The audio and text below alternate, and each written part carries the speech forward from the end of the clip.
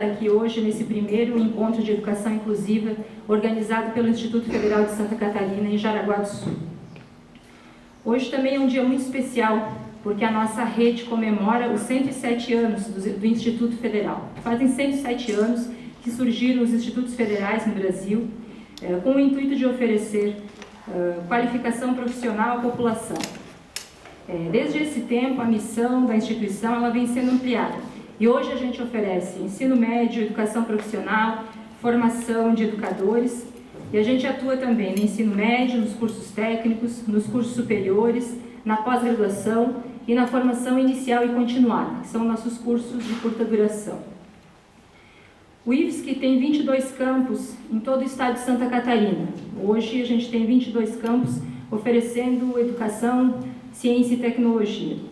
A cidade de Jaraguá do Sul ela conta com 2 campos, e isso é um privilégio, somos a segunda cidade do estado que pode contar com 2 campos. Por isso também a nossa responsabilidade social é maior. Nós temos um campus no centro e outro campus no hall. Os 2 campos vêm buscando trabalhar de forma integrada para atender então essas demandas da cidade e da região. O campus do centro ele oferece os cursos técnica integrada em química, proejo em vestuário, técnico subsequente em produção e design de moda, malharia, vestuário, têxtil e licenciatura em física.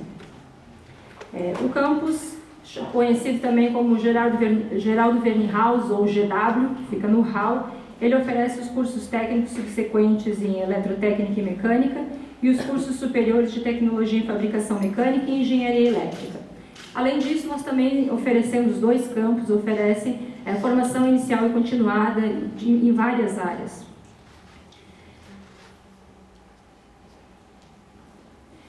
Aqui estamos para refletir hoje a respeito do debate da educação inclusiva. Este é um tema bastante atual e ele é bastante necessário frente às diversidades encontradas na escola e às dúvidas e anseios que vivenciamos na busca da garantia da aprendizagem para todos.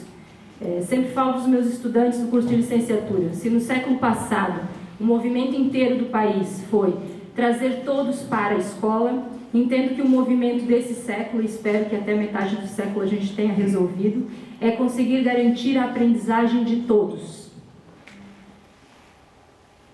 Os temas que hoje temos a oportunidade de ouvir a respeito e debater nos ajudarão a pensar sobre as nossas práticas pedagógicas e a nossa postura frente à educação, à sociedade e ao projeto de humanidade que a gente possa ter. E pensar no projeto de humanidade num dia como hoje, com questões apontadas a respeito das políticas educacionais como foram as de ontem, nos fazem refletir muito para que caminho vamos. Quero agradecer a todos os servidores dos 2 campos que trabalharam arduamente para a organização desses trabalhos, vêm há meses trabalhando para que tudo desse certo. Quero agradecer aos palestrantes que se colocaram tão à disposição, estão tão preocupados também com esses temas e com essa discussão e com a ampliação dessa discussão. Muito obrigada a vocês. Agradeço aos estudantes que vieram aqui, estão nos ajudando também nesse momento.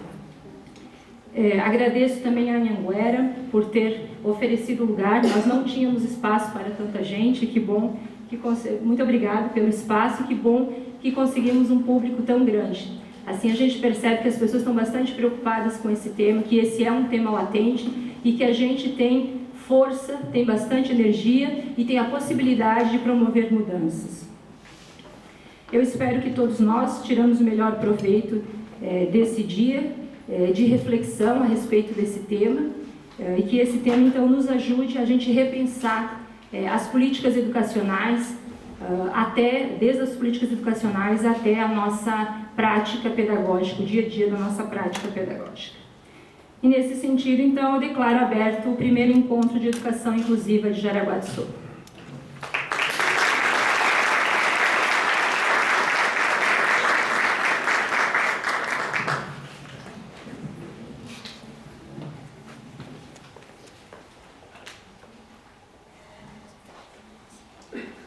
Com a palavra, a coordenadora do evento, Juliana de Souza Agostinho Pereira.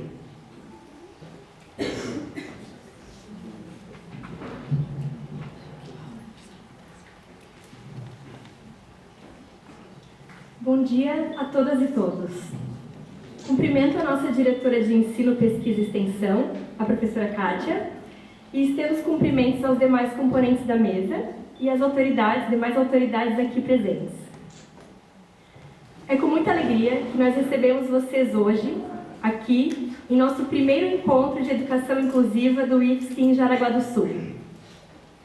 Essa semana é uma semana muito especial para discutirmos a temática da inclusão, pois no dia 21 de setembro, essa quarta-feira, foi comemorado o Dia Nacional de Luta das Pessoas com Deficiência.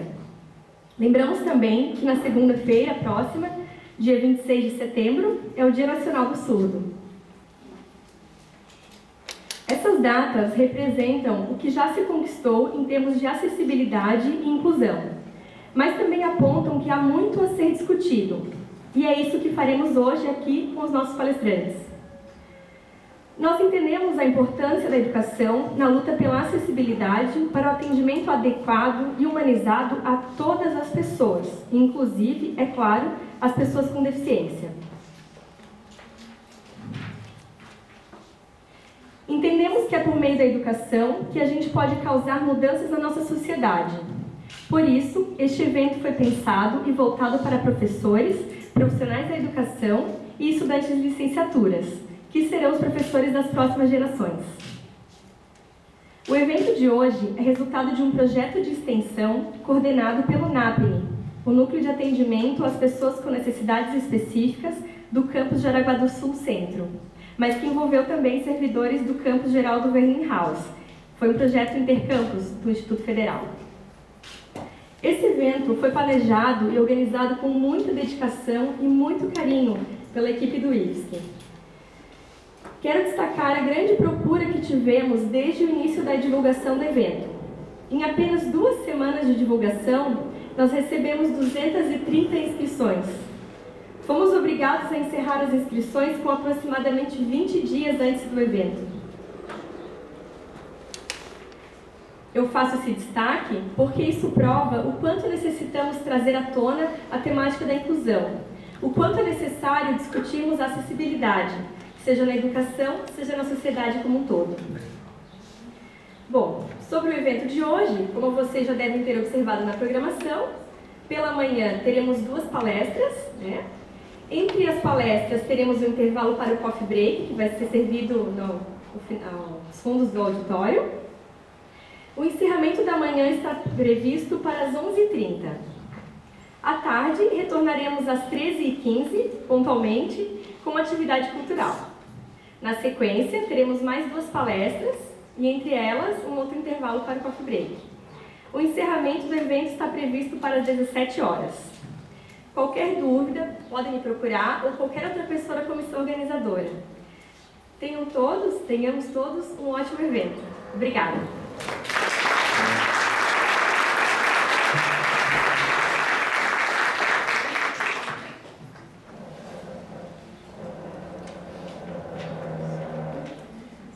Agradecemos a presença dos componentes da mesa diretiva e os convidamos a ocupar lugar no auditório para assistir à continuidade da programação. Obrigada.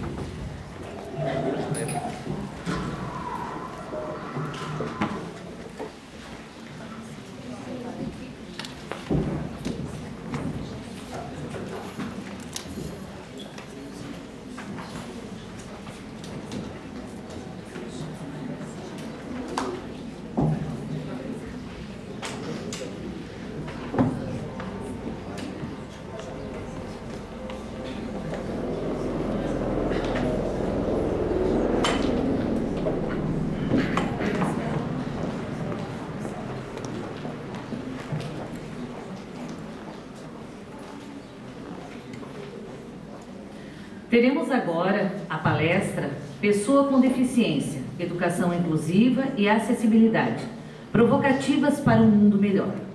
Palestrante, Mário César da Silveira, graduado em Arquitetura e Urbanismo, especialista em acessibilidade, gestão pública e pós-graduado em Administração Pública e Gerência de Cidades, membro colaborador do Comitê Brasileiro de Acessibilidade, colaborador da elaboração das normas pisos táteis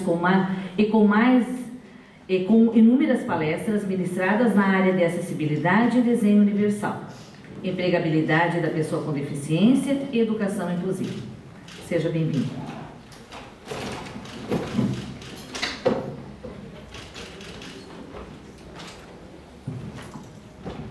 Obrigado. Bom dia a todos. Antes de começar qualquer coisa, eu queria ler duas notícias que eu vi no jornal hoje. Medida prevê maior carga horária e currículo flexível. E um outro detalhe, que também encontrei aqui hoje, a 15ª Promotoria de Justiça de Joinville está encaminhando uma série de acordos com a Prefeitura de Joinville para melhorar a acessibilidade dos prédios públicos. Os termos de ajuste de conduta devem ser assinados nas próximas semanas e depois será a vez de prédios estaduais.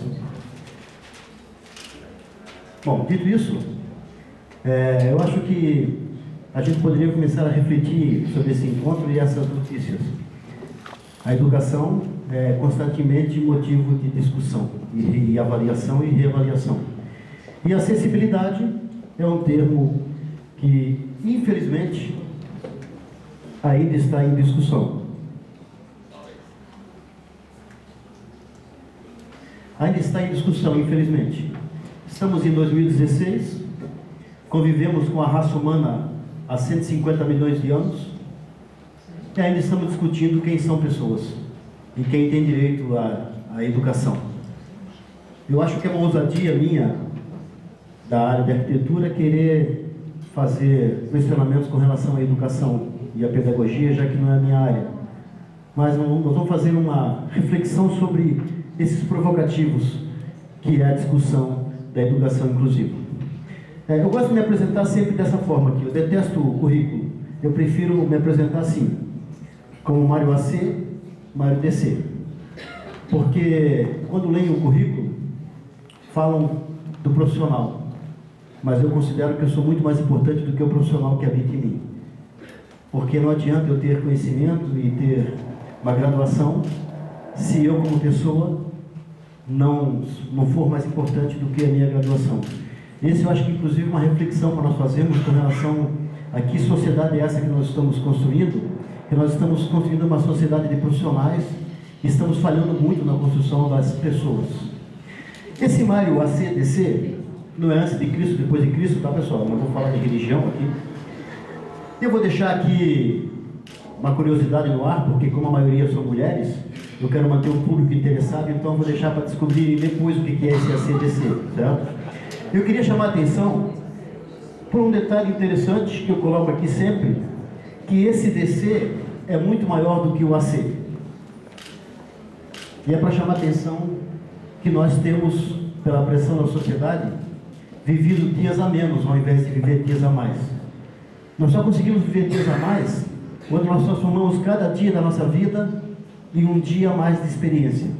Mas nós vivemos tão corridos hoje que nós não absorvemos o conhecimento daquele dia. Nós chegamos à noite, vamos dormir como se aquele dia fosse simplesmente mais um dia. Teve um dia determinado da minha vida que eu passei a refletir muito sobre isso e filosofar sobre quantos dias eu tenho pela frente. São dias a menos ou são dias a mais?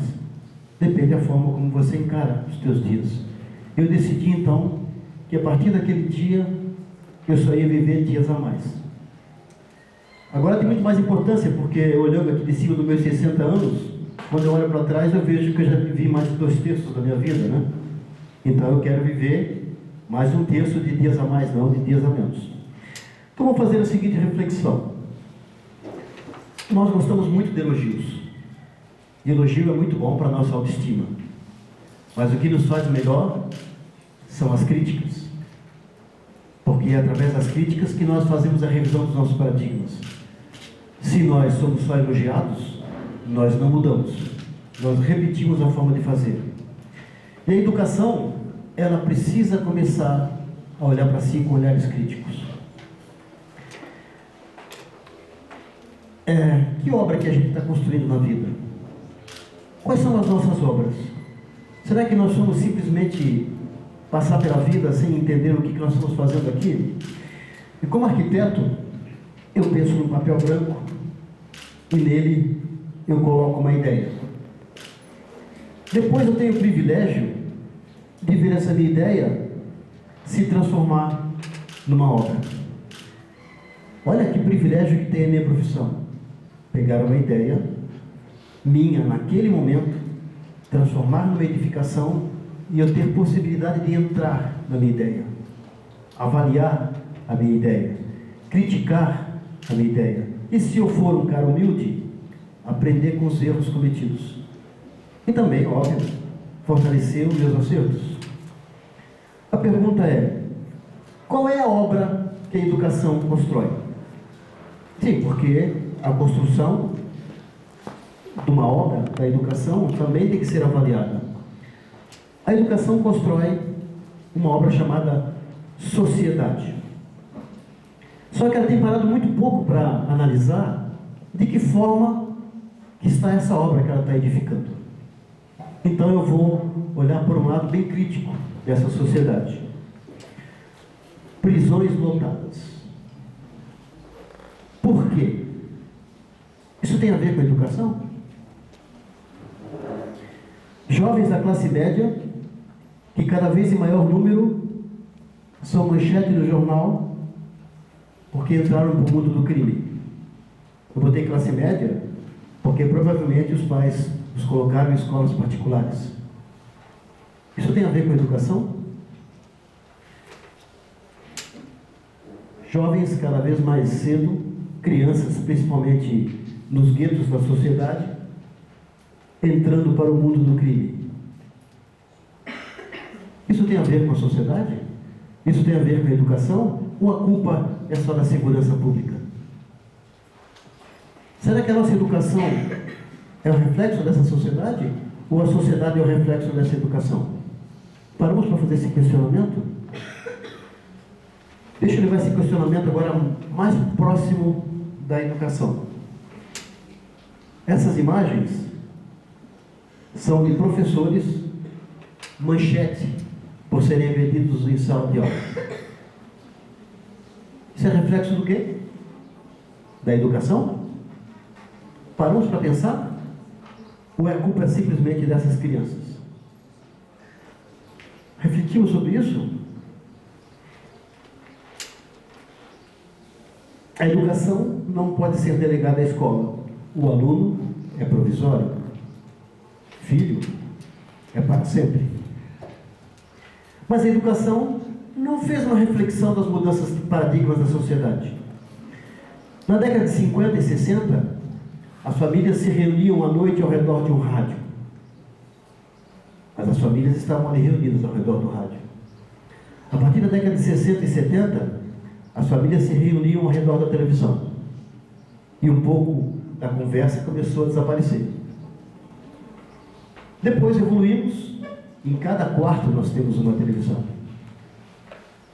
Essas mudanças internas dentro da família tiveram um reflexo direto na educação. A partir da década de 60 e 70, cada vez mais mulheres trabalhando fora. Isso teve reflexo sobre a educação? Sim. Empurraram para a escola mais uma obrigação. E a escola não fez uma mudança de seus paradigmas. E começamos a entrar em uma série de conflitos.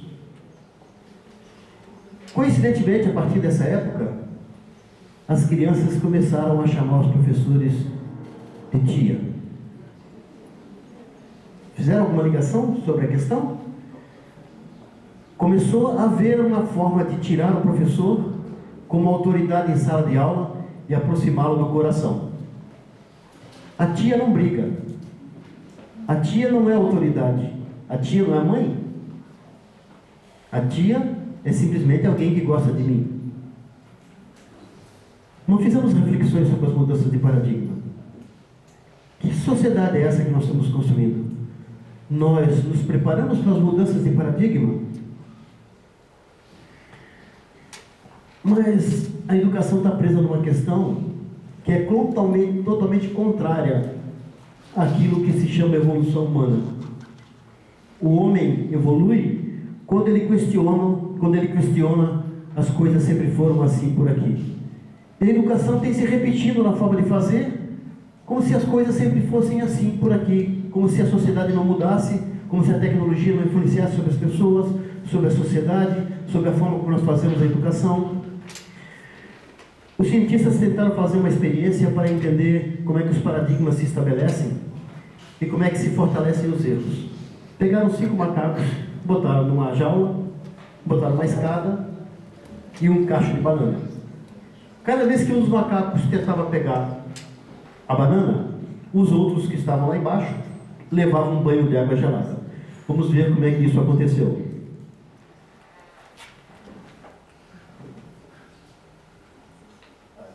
Deixa eu só voltar um conceito aqui. Os paradigmas são completamente questionáveis quando você olha que você quer melhorar o processo.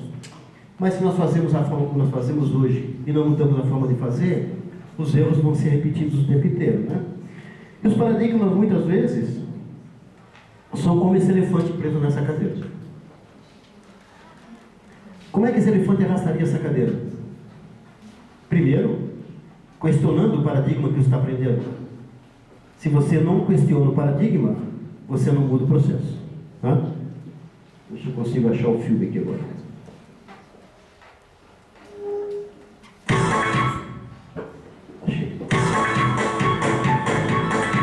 Um grupo de cientistas colocou 5 macacos numa jaula. No centro puseram uma escada e sobre ela um cacho de bananas.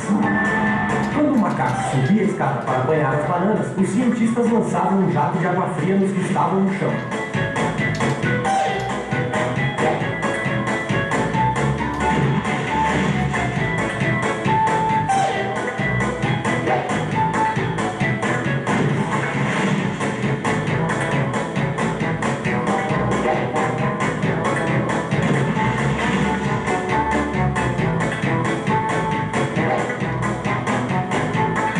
Depois de um certo tempo, quando o macaco ia subir a escada, os outros enchiam-no de pancadas.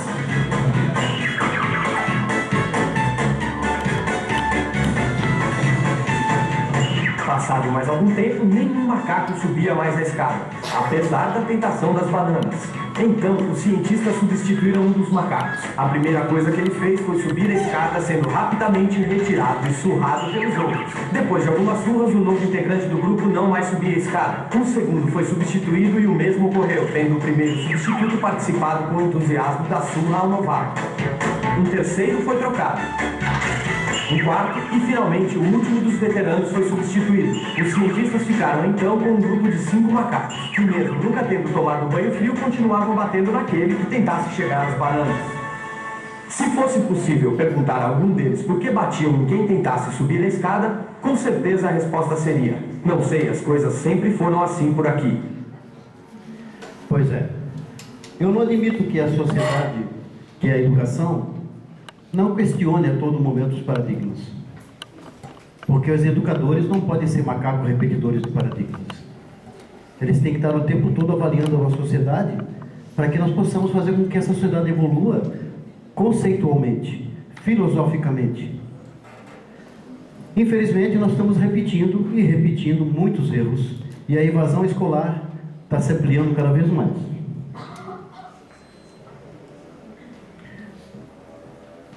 O que é uma escola? O que será uma escola? Uma escola, ela não é uma sala de aula, não é uma edificação. Uma escola é muito mais do que isso. Por isso, falar em acessibilidade na escola é muito mais filosófico do que técnico.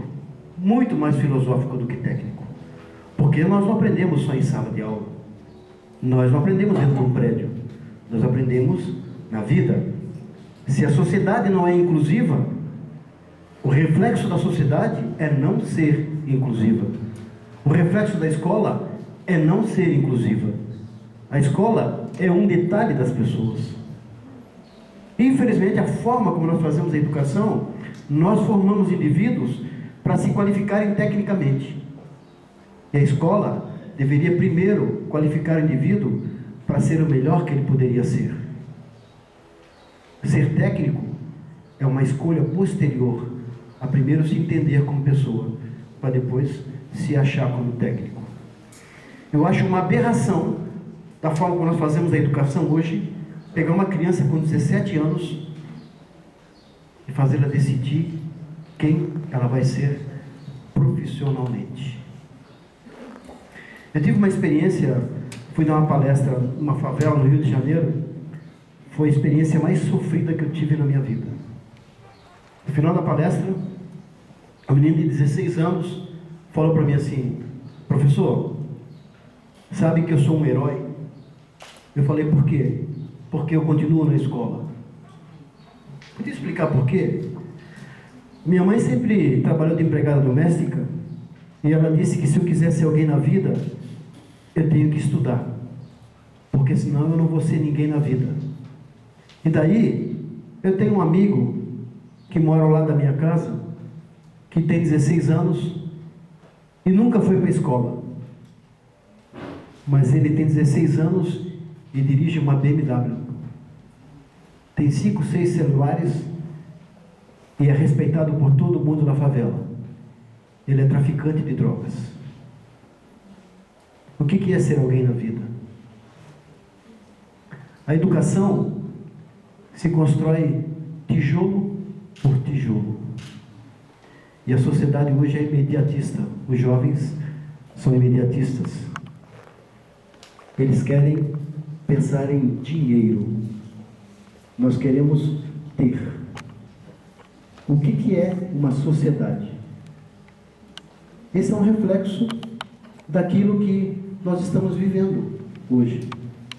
Como manter uma criança na escola se os interesses fora da escola são muito maiores do que dentro da escola? Nós temos muito mais ofertas fora da escola do que do sujeito aqui na frente, querendo durante 4 horas se dizer o dono do conhecimento para um monte de jovens lá que tem um monte de ofertas lá fora, e nem o celular eles conseguem parar de olhar durante 5 minutos. Como fazer o atrativo dessas crianças? Então vamos fazer uma reflexão se os nossos professores estão preparados para essa nova juventude.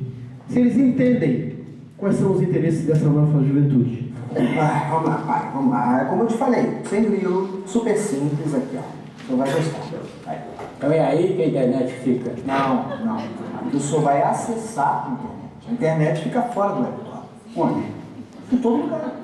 Como Deus. Não, pai, não como Deus. A internet é assim, como uma série de cabos pelo mundo conectados, transmitindo ali os dados todos. É que nem Deus, pai, que nem Deus. Tá bom, então é que nem lá. Não existe. Uma coisa onipresente, pai, tá em todo lugar. Como Deus. Pai, olha só, vamos lá. Isso aqui é o Twitter. A praia estava ótima. Oba, o bebê começa amanhã. Comi demais no almoço. LOL. São meus amigos. Tá bem de amigo, hein? Não são mais interessantes pessoalmente. Então para que serve o Twitter?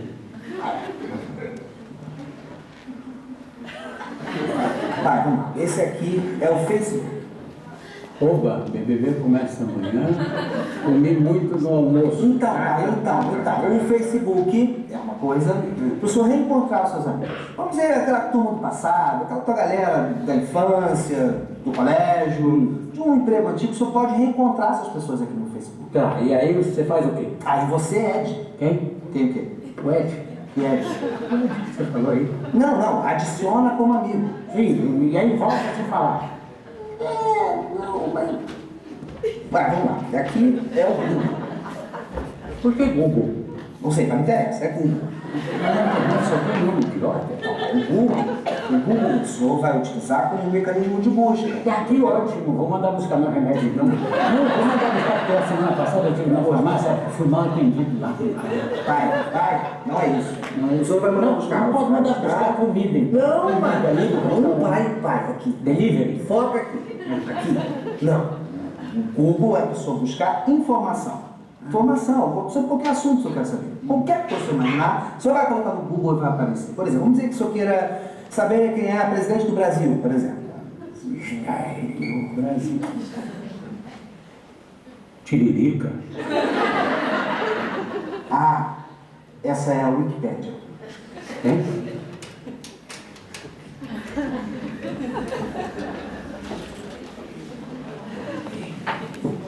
Quais são os interesses da juventude? Estamos preparados para ela?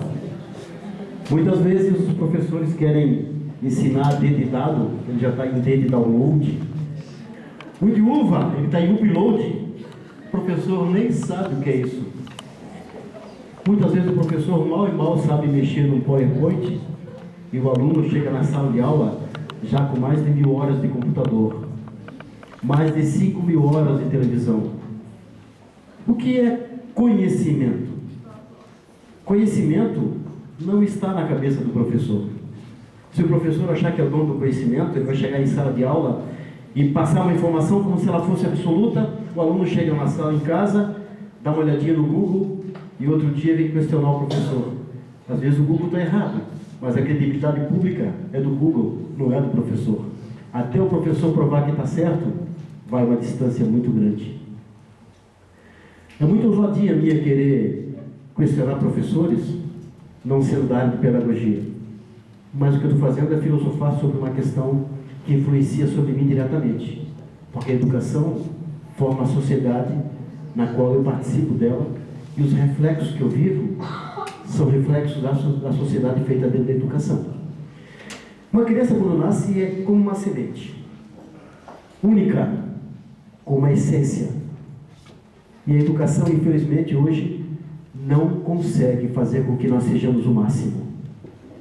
A educação nos leva para ser uma média, um padrão, porque coloca em nós, mesmo nós sendo únicos, o mesmo adubo, o mesmo insumo, sem pensar em nós como indivíduos únicos e específicos. Somos 7 bilhões de pessoas nesse planeta chamado Terra e somos únicos, específicos do parecer e do ser. Portanto, a educação inclusiva é entender cada pessoa como única e trabalhar com cada pessoa no seu todo, para que ela seja o melhor que ela poderia ser. Educação inclusiva não é para pessoa com deficiência. Aliás, eu acho que a pior coisa que nós temos da educação hoje é não entender que ter a inclusiva junto com a palavra educação é o reflexo de que nós não temos a educação ainda. A educação só vai ser verdadeira quando nos entender como todos, como plenos, específicos, e não precisamos mais lutar pela tal da educação inclusiva. Portanto, conceitualmente, para mim, até hoje, nós não tivemos a educação entendendo o ser humano no seu todo. Nascemos, recebemos uma caixa de ferramenta e recebemos uma caixa de comando. A caixa de ferramenta são os braços, as pernas, a audição, visão. Isso são só ferramentas, porque nós estamos conceitualmente dentro do nosso cérebro. Nós conceitualmente somos a caixa de comando. O resto são ferramentas. O corpo são ferramentas dessa caixa de comando, que é muito mais importante do que as ferramentas. Porque uma reflexão que nós não fazemos é: o que é mais importante? Pernas ou desejo? Desejos é mais importante do que pernas, porque não são as nossas pernas que nos levam. O que nos leva é o desejo de ir, e não as pernas. Pernas são só ferramentas. Tem pessoas que não têm pernas e vão mais longe do que pessoas que têm pernas. Portanto, entender quem são pessoas é entender que corpo são só ferramentas. E a educação não age no corpo. A educação age nos desejos. E essa é uma questão fundamental para nós entendermos como produzir uma nova sociedade, mudando os desejos da sociedade, não do ter, mas do ser. Como fazer isso? Não sei. Não vim trazer soluções, eu vim trazer provocativos. 84% das pessoas no Brasil vivem nas cidades. E nós pouco paramos para refletir que pessoas são como essas letras, únicas. Não existem duas pessoas iguais. Portanto, a cidade não pode ser feita para pessoas padrão. Tem que ser feita para essa diversidade que mora na cidade. Então não tem lógica ainda nós estamos brigando por acessibilidade. Ela deveria estar plena. Porque pessoas existem há 150 milhões de anos, não nasceram hoje. E nós conhecemos tudo do celular, todos os aplicativos que nele existem, mas ainda não conhecemos a fragilidade humana e as possibilidades humanas. Construímos sociedade para um padrão. Nascemos muito parecidos e à medida que nós vamos evoluindo, nós vamos nos alterando. Por escolha, por karma, destino, patologia, genética, sei lá. Não somos tão bonitinhos quando nascemos. Mas nascemos e recebemos um documento que nos torna iguais. Um documento de registro de nascimento que nos torna brasileiros em direitos iguais. Muito bonito, mas não funciona no documento. Porque na prática, à medida que nós nos tornamos diferentes, nós de alguma forma somos excluídos. Pela aparência, pela classe social, pela grana que nós temos, por ter cabelo loiro, por ser negro. Somos excluídos de alguma forma pela aparência que nós adquirimos. E nós não entendemos, às vezes, que nós somos frágeis. Eu queria apresentar para vocês a Salete Lopes, uma professora de Joinville, que um dia foi botar uma meia Kendall, sentada numa cama, escorregou da beirada da cama, caiu com a bunda no chão e ficou paraplégica. Somos frágeis.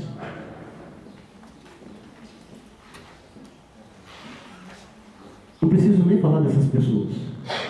Pessoas que estavam acima das possibilidades aparentes e perderam capacidades.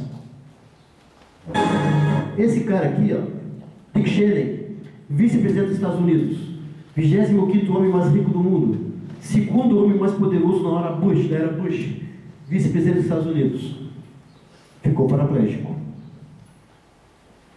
Nem todo o dinheiro do mundo e possibilitou que ele estivesse paraplégico numa cadeira de rodas. Nem o super-homem escapou, nem um dos caras mais geniais do mundo, Stephen Hawking, escapou de estar numa cadeira de rodas. E vamos envelhecer. Vamos envelhecer. A medicina não nos deixa morrer mais. Não nos deixa morrer. Você pode ter um derrame cerebral, ficar todo torto. A medicina tem como obrigação primária de fazer sobreviver. Você pode perder braços e pernas no acidente, você vai sobreviver. Dane-se na medicina se você não vai conseguir entrar no banheiro porque o apartamento que você comprou tem uma portinha de 60 centímetros. Dane-se para a medicina se você não vai conseguir andar pelas calçadas da tua rua porque elas vão pensar em acessibilidade. Falar em acessibilidade não é falar do mundo para pessoas com deficiência, é falar do mundo para pessoas. Todas as pessoas, inclusive as que têm deficiência. Esquecemos, inclusive, do nosso principal objetivo na vida. Porque não vivemos correndo demais atrás do que nós queremos ser, e esquecemos que o melhor objetivo da vida é ser feliz. Tudo que nós decidimos na vida é para ser feliz. Eu tenho cabelo crespo, vou fazer chapinha. É para ser feliz. Hoje é sexta-feira, eu vou tomar um porre. É para ser feliz. As nossas decisões são sempre para ser feliz. E nós não temos mais tempo de pensar nisso.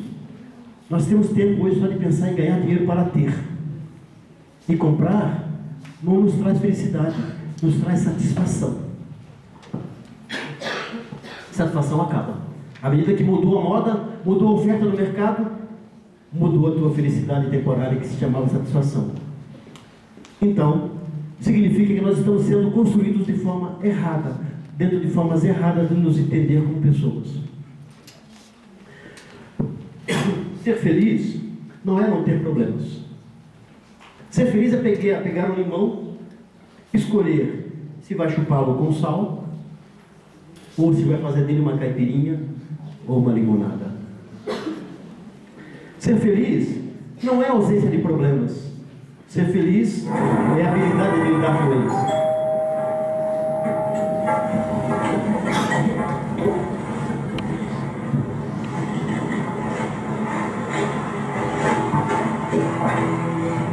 Você já viu um cego pilotando moto?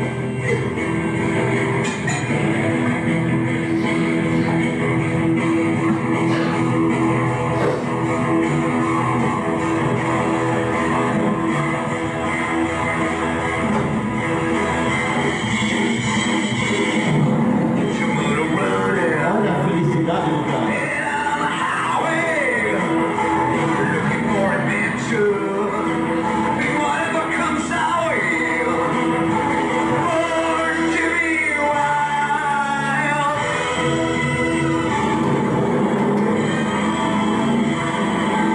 O que eu quero dizer com esse filme é que pessoas com deficiência fazem da sua própria forma. Não significa que eles estão errados. Eles fazem da forma que lhes é possível. Eu queria que nós fizéssemos uma reflexão. Nós temos aqui a minha amiga Paula, que é surda e fala Libras. E ter deficiência depende do ângulo que você olha, porque ela tem a linguagem dela. Nós é que não falamos a linguagem dela. Então a deficiência é nossa perante ela. Percebem a diferença? É a forma como a gente olha que é o processo da inclusão. As pessoas precisam de oportunidades, mesmo aquelas que nascem fora do padrão. Mas o caso mais importante é a gente analisar que todos nós somos pessoas com deficiência em potencial. Todas nós somos pessoas com deficiência em potencial. Como será que enxergamos as pessoas com deficiência? Vamos fazer uma reflexão um pouco mais profunda agora.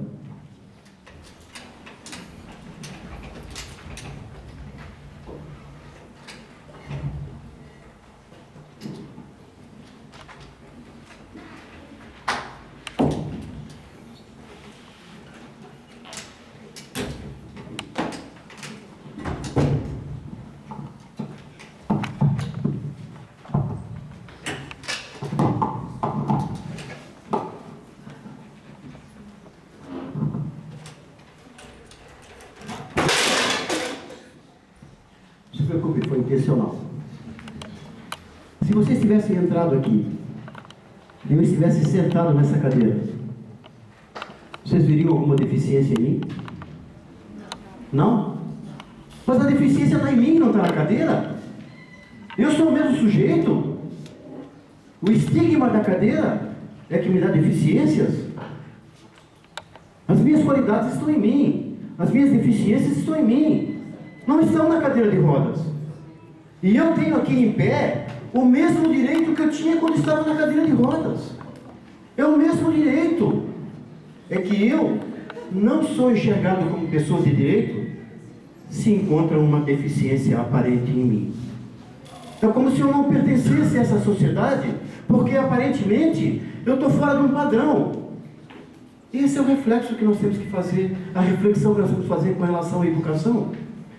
Todas as pessoas são pessoas de direitos. E nós ainda estamos discutindo a pessoa com deficiência na escola como se ela não tivesse direitos até esse momento. Como se ela não fosse pessoa. Não tem lógica. Não vejo lógica. Ou seja, deduz-se que nós não temos conseguido entender quem são as pessoas que nós estamos educando. Porque nós estamos educando pessoas para ser média, padrão. Bom, a minha viagem até aqui não começou em Joinville. Ela começou há 29 anos atrás, quando a minha esposa grávida e a gente sonhava muitas coisas para nossa filha. Muitas coisas. Mas esses sonhos todos eram nossos paradigmas para ela. ou pelos nossos sonhos, nós não dávamos oportunidade dela ser ela mesma. Nós empurrávamos para ela os nossos paradigmas.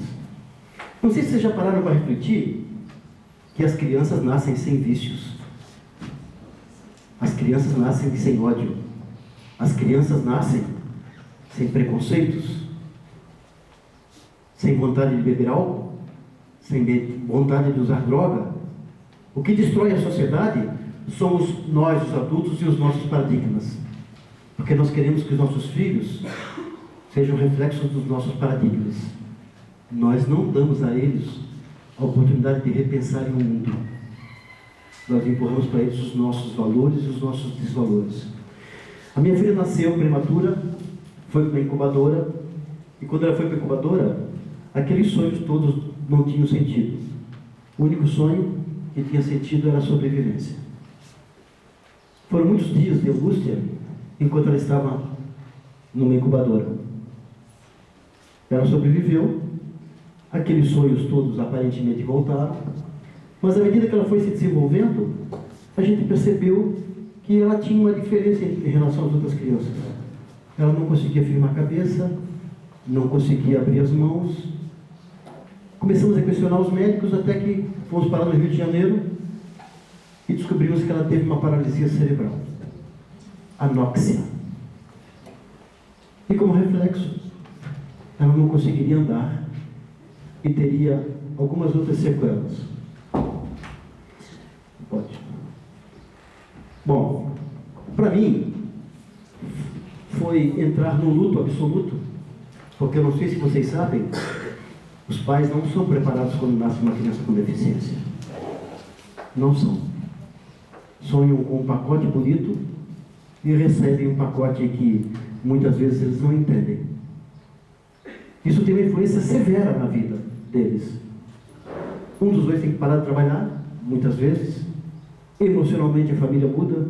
Muitas vezes a família se destrói porque o homem covarde abandona o lar. E a sociedade faz de conta que não pertence a ela essa questão. Pertence só àquele pai e àquela mãe. E dificulta ainda, excluindo essas pessoas o direito de ser igual.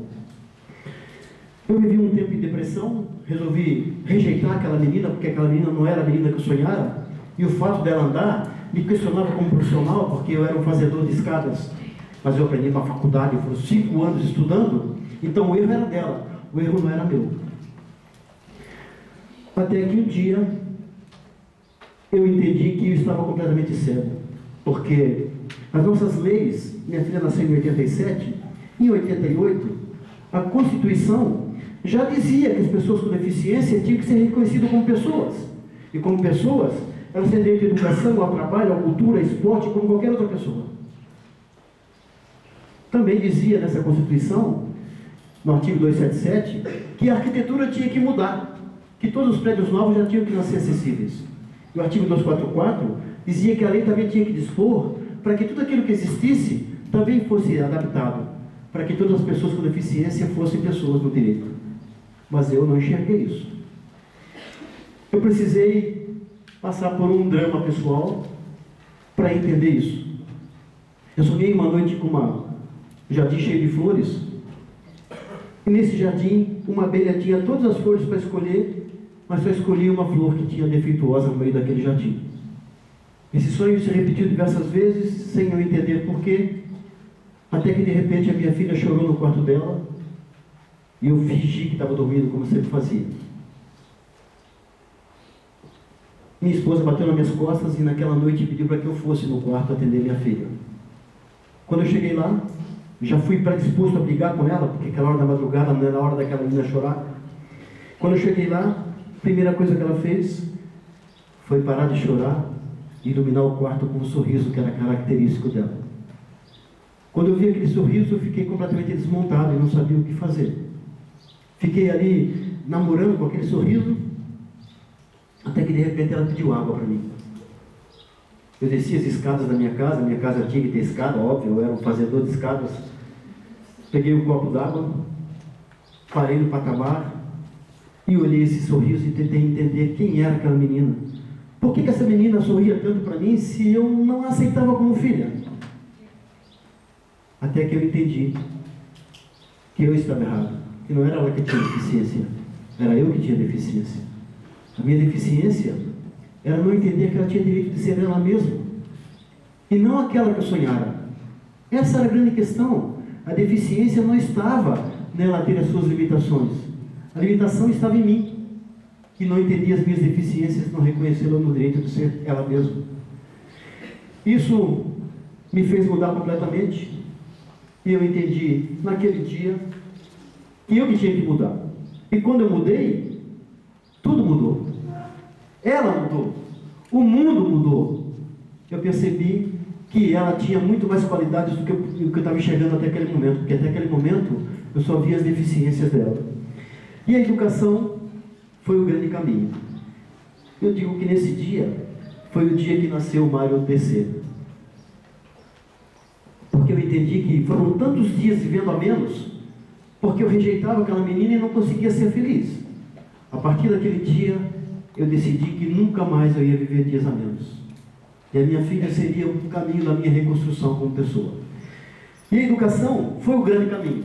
Voltamos para Belo Horizonte, e aqui essa professora me deu uma lição definitiva.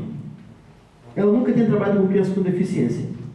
E a escola dela ficava a 36 degraus abaixo do nível da rua. Eu deixava uma cadeira de rodas na escola, e todo dia descia com a minha filha no colo, e deixava na cadeira de rodas. Naquele dia especificamente, teve uma reunião de pais e professores.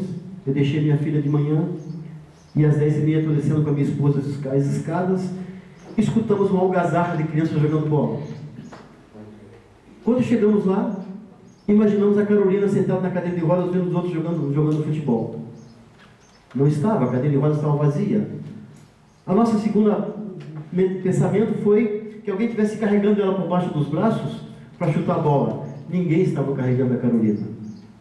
Quando olhamos para a trave, estava a Carolina sentada numa trave, e numa outra trave, uma outra criança sentada. Eu achei legal aquilo, mas eu não entendi naquele momento exato o que significava aquela imagem. Algum tempo depois, eu entendi o que aquela professora fez. Se ela tivesse pego aquela bola por baixo do braço para chutar a bola, ela teria mudado a realidade da Carolina para adaptá-la ao futebol.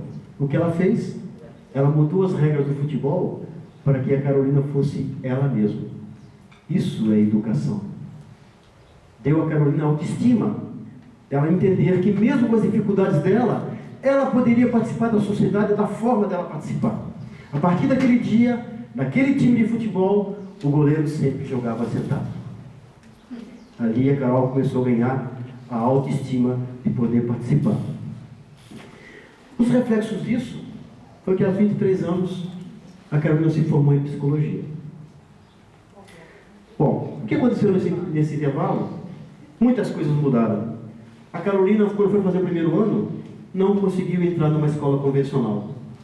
Nenhuma escola a aceitou.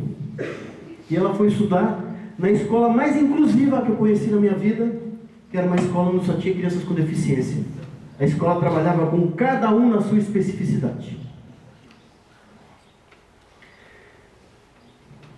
Eu vou pular tudo isso aqui porque o tempo está curto, mas eu queria chegar num detalhe importante para a gente falar disso aqui.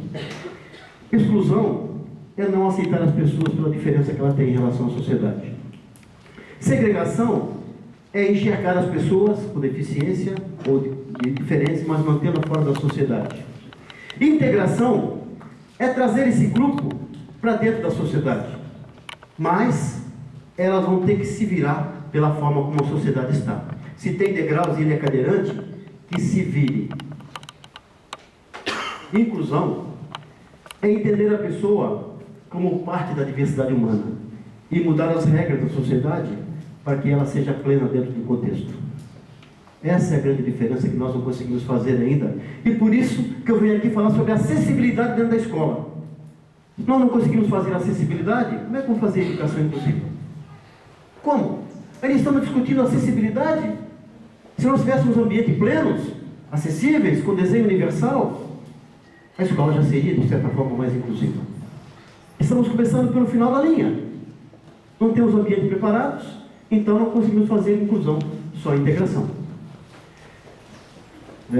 Eu queria levar vocês aqui para um caminho, para a gente entender diferente. Quando falamos em acessibilidade para pessoas com deficiência, falamos em rampa e falamos em banheiros.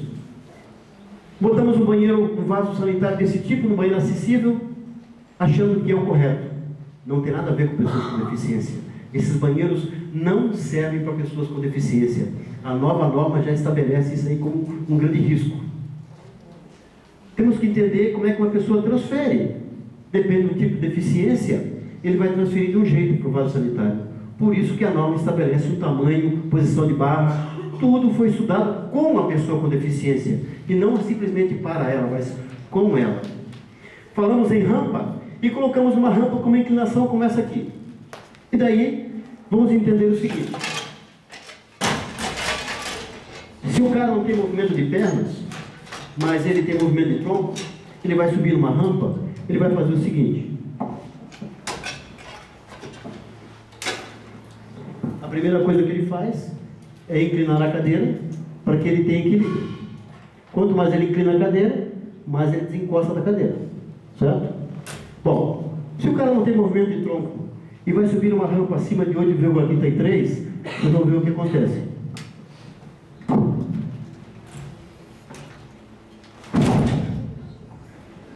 Acima de 8,33, a cadeira vira para trás.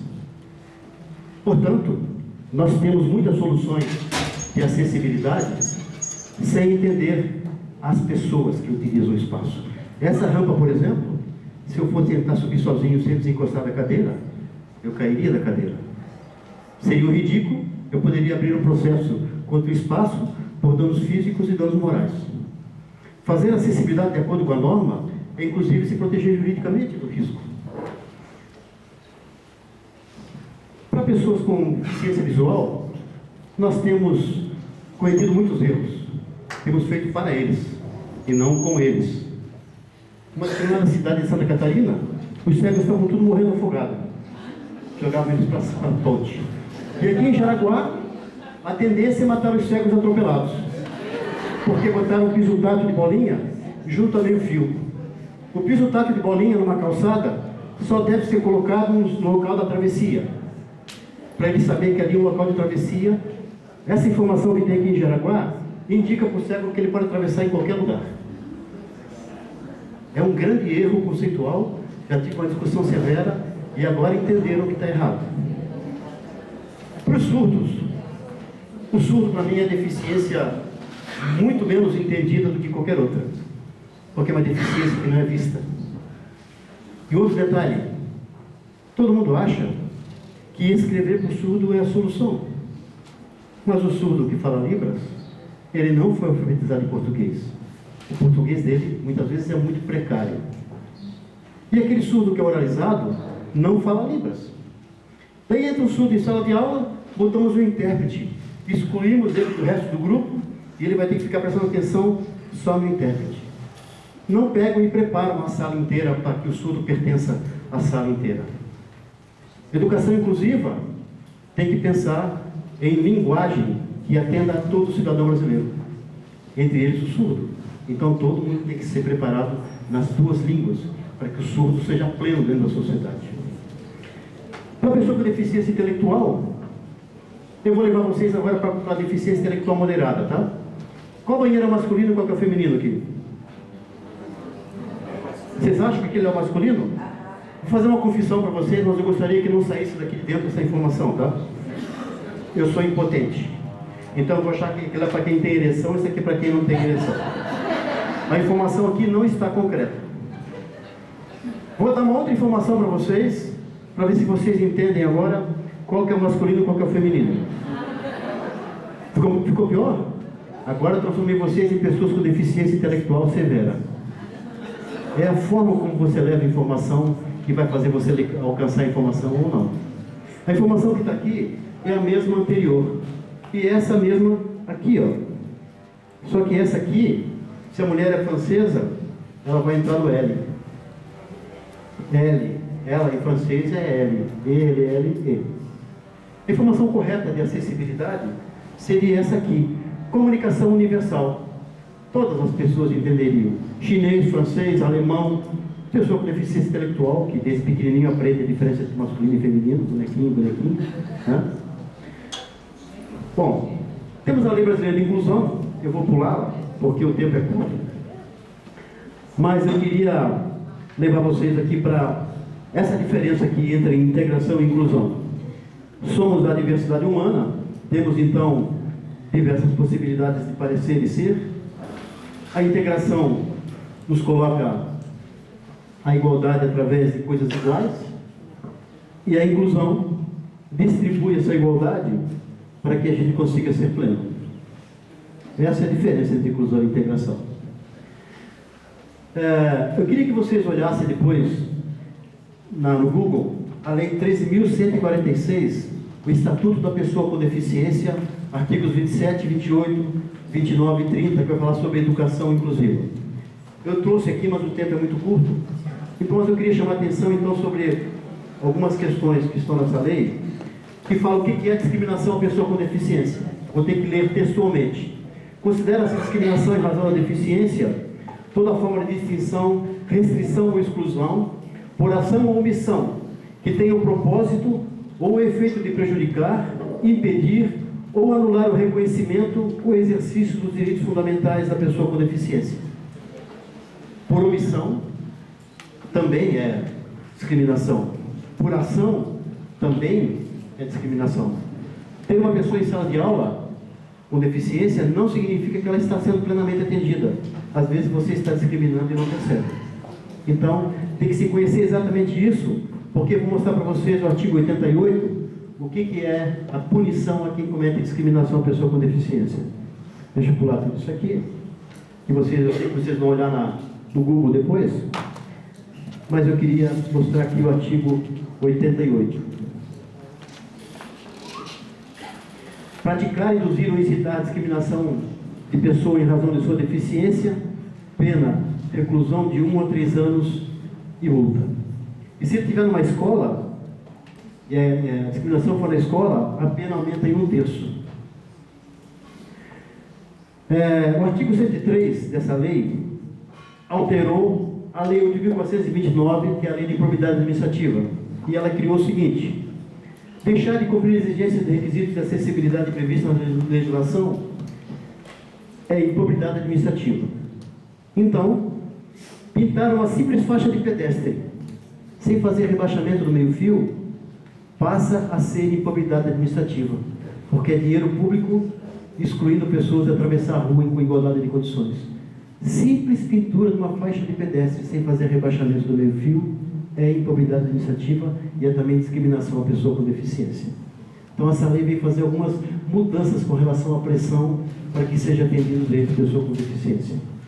Bom, a minha filha, o futebol, com ela sentada, deu tanta autoestima que ela se tornou uma bailarina, inclusive, montou o grupo de dança SEG, de dança inclusiva de Joinville, participou do Festival de Dança de Joinville diversas vezes. Essas são apresentações do Festival de Dança.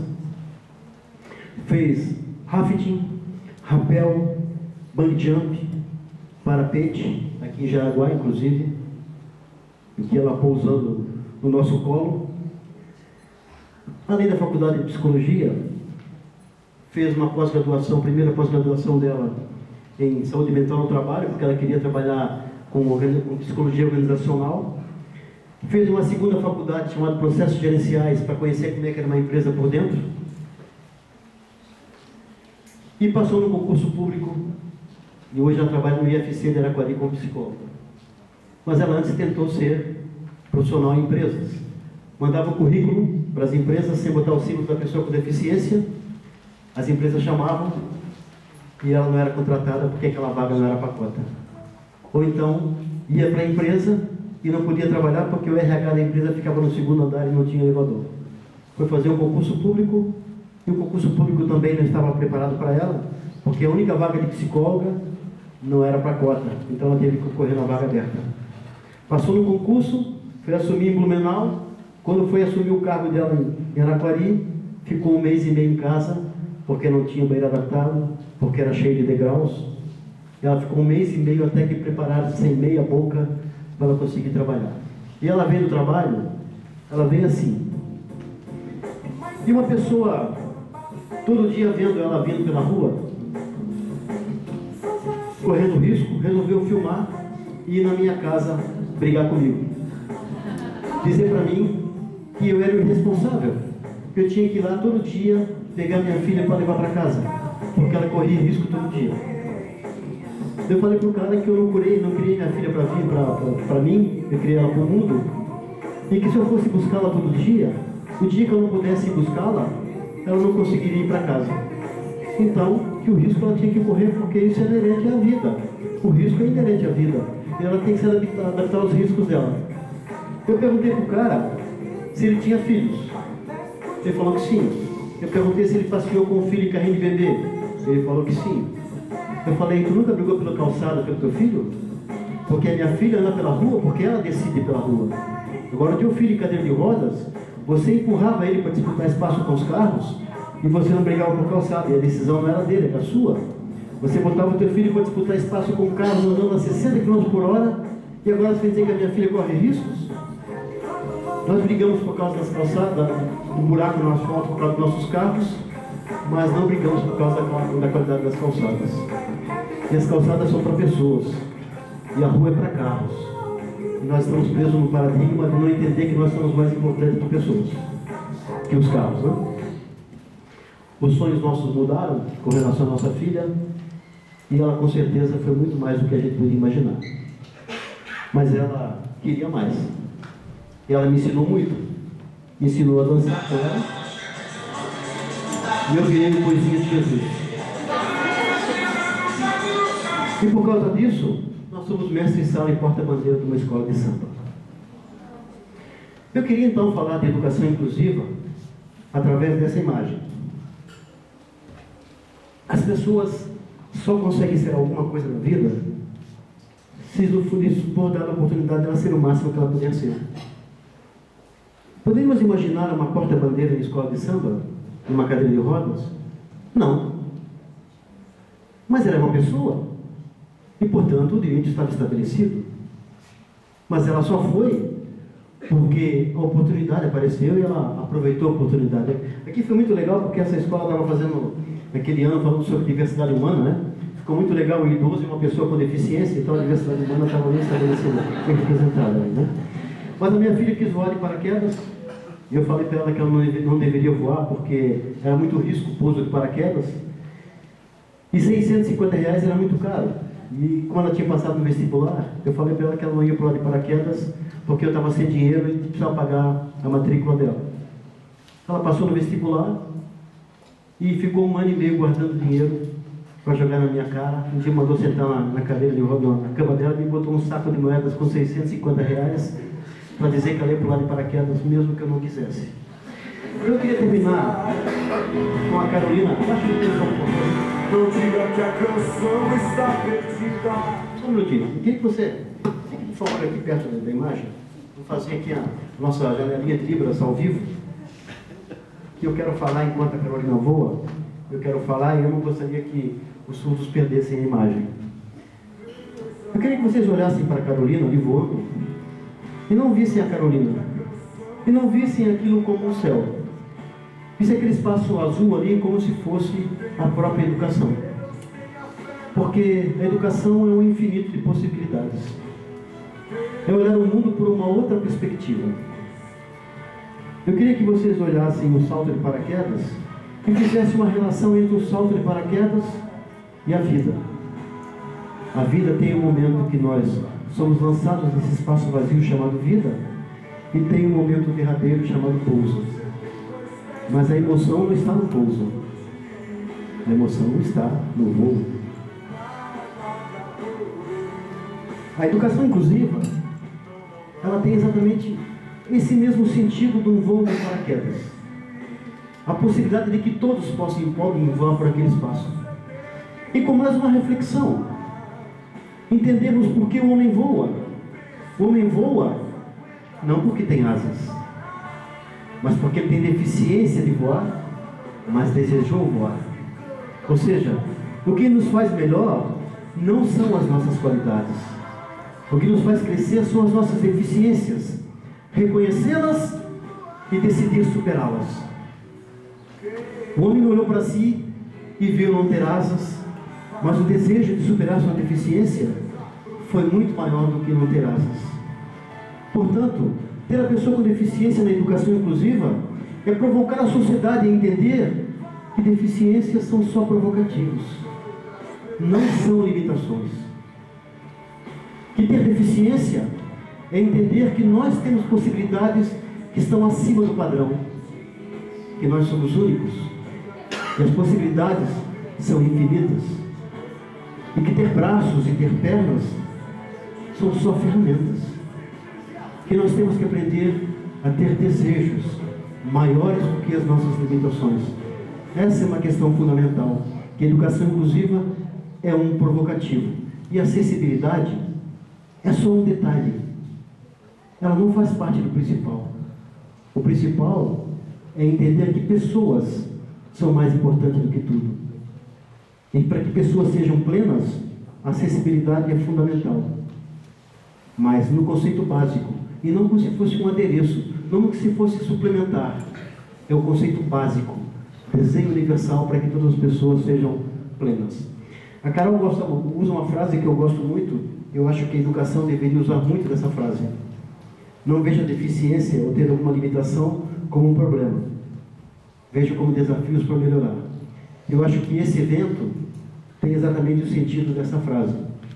Encontramos as deficiências e os problemas que nós temos na educação para tentar entender como melhorar essa educação. Obrigado.